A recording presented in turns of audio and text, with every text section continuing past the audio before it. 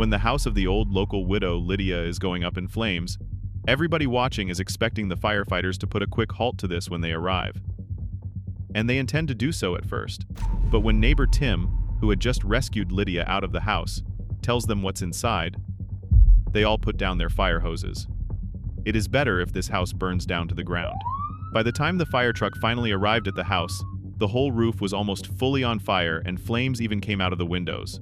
Neighbor Tim had just rescued Lydia out of the house, and to everybody's shock and surprise, she was now trying to get back in, screaming to be let go. When the firefighters got out of the truck and quickly made preparations to start putting out the fire, Tim, who had just come out of the house and was still coughing up a lung, stood up and put his hand on one of the firefighter's shoulders and whispered something in his ear. The firefighter instructed his colleagues to put down their fire hoses and only use them when the fire would become a threat to the other houses. Why did they decide to let the house burn down? Why was Lydia so desperate to get back inside, and what had Tim seen inside of the mysterious house? But before we start, smash the like button, subscribe, and don't forget the notification bell so you never miss any of our upcoming stories. Lydia is a 75-year-old widow living alone in a large mansion. Her neighbors don't really know her, but they all feel that something about her is not quite right. She built the house years ago with her late husband Peter when the neighborhood was still new. The house holds both strong sentimental value and high financial worth. Even though many people have offered to buy it, Lydia has always refused to sell. Most believe it's because of the memories she shared with her husband, but some think there may be another reason. After Peter's death 4 years ago, Lydia changed completely. She became withdrawn, stopped taking care of herself, and neglected the house. The mansion slowly fell into decay, with visible damage and lack of maintenance. She rarely leaves the house now, except for occasional grocery trips, and avoids speaking to others. Her children and grandchildren no longer visit, which has made her even more isolated. This is very different from how she used to be, as neighbors remember her as a friendly and outgoing woman. Strange things also started happening around the house. Lights stay on all night, unusual smells sometimes come from inside, and loud screams have been heard. Children in the neighborhood are especially afraid and avoid going near the house.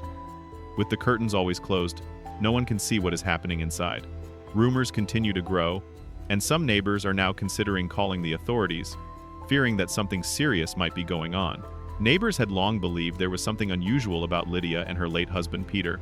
Over the years, rumors spread some thought Lydia simply wanted to be left alone, while others suspected she might be hiding something her husband had left behind.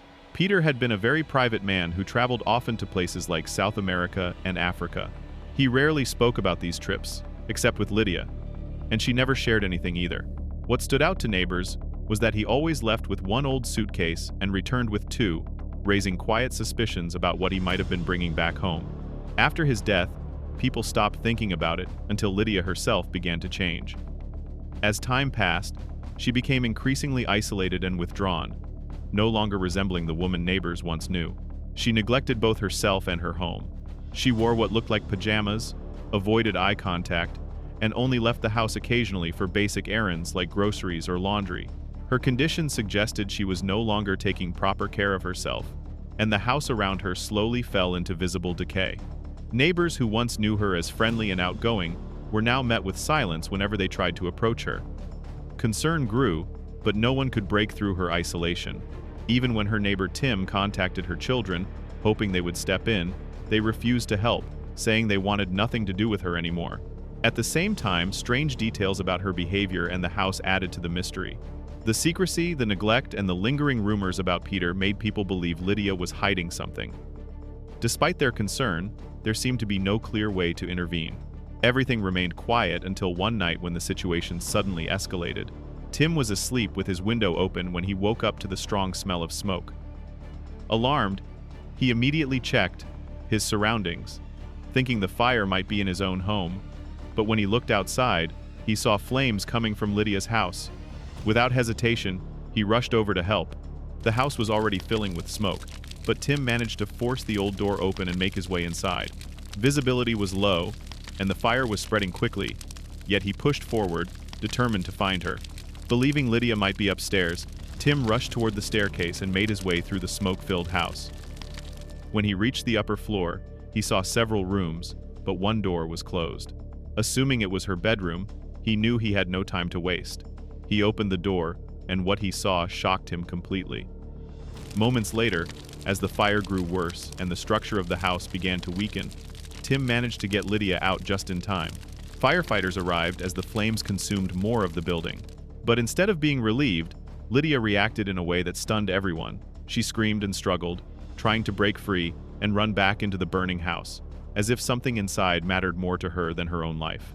Tim rushed over to the firefighters, still coughing heavily from the smoke. He grabbed one of them by the shoulder and whispered something urgently in his ear. Almost instantly, the firefighter's expression changed as he processed what Tim had said.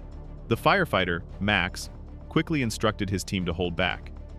Instead of immediately attacking the fire, he told them to use the hoses only if the flames began to threaten nearby houses. Protecting the neighborhood was still a priority, but now there was something else to consider, something inside Lydia's house.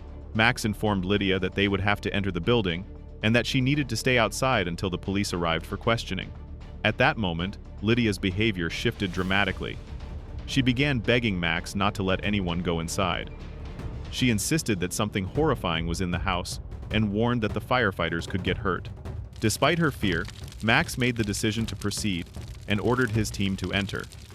Inside, the firefighters found mostly old furniture and nothing immediately unusual. This only deepened the mystery. What could Lydia possibly be so afraid of?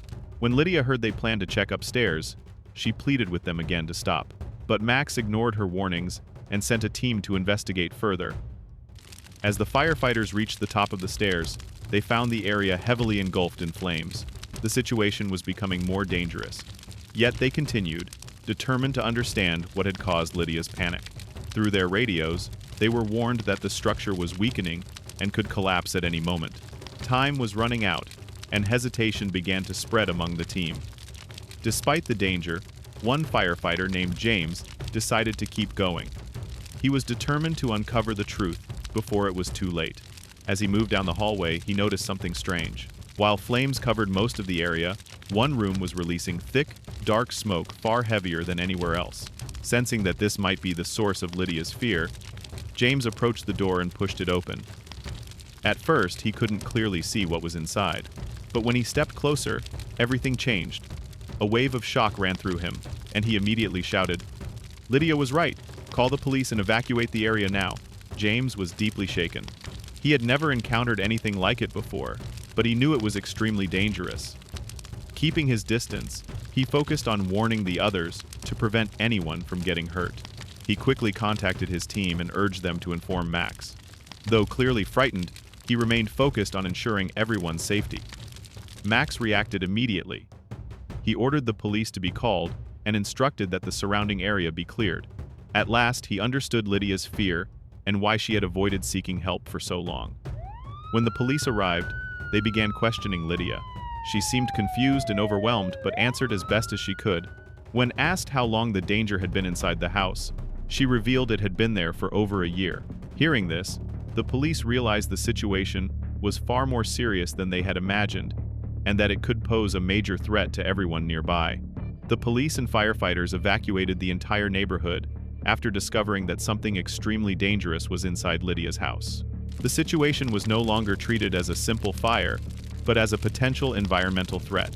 Something inside the building had made the air unsafe, and no one expected what it was.